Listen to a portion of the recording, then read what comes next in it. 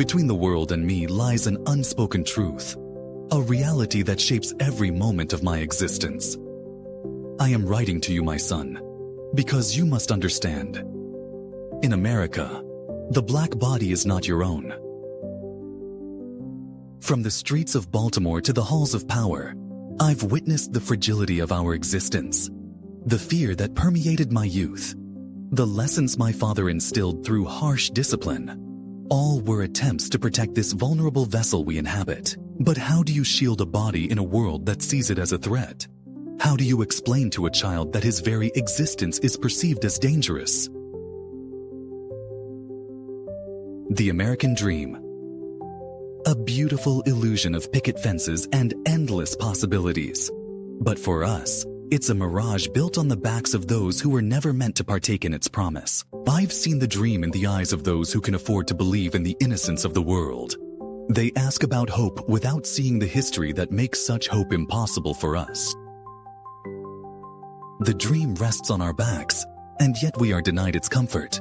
It's a narrative that excludes us, a story that begins with plunder and continues with willful ignorance. But to acknowledge this truth is to shatter the foundation of the dream.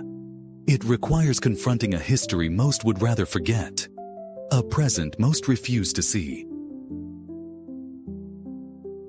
It was at Howard University, a place I came to call the Mecca, where I began to understand the vastness of Black identity. Here, among the sons and daughters of former slaves and exiles, I discovered a world beyond the narrow confines of my upbringing. In the libraries and on the yard, I found a history richer and more complex than I had ever known. I saw the vastness of Black people across space-time, a tapestry of experiences that defied simple categorization.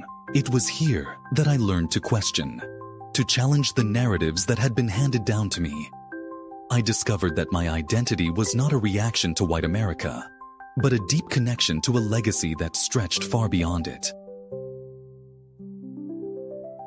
This journey of self-discovery was not just about finding pride in my heritage.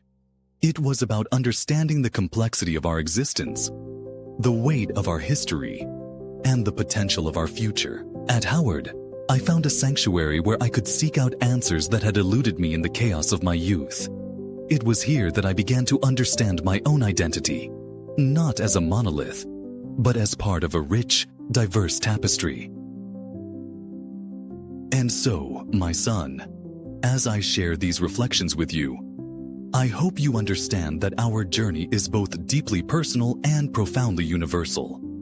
The fragility of our bodies, the false promises we navigate, and the quest for our true selves. These are the realities we must confront. But in understanding these truths, in questioning the world around us, we find our strength. We reclaim our narrative, our identity, our place in this complex tapestry of humanity. This is the world between us, a world of struggle and beauty, of injustice and resilience.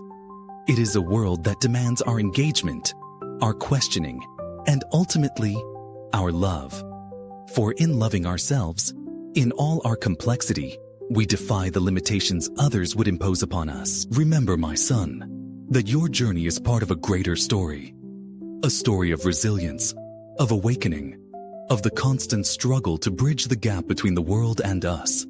This is your inheritance, your challenge, and your opportunity. In the space between the world and me, there is truth, there is struggle, and there is hope. Embrace it all, question everything, and forge your path forward.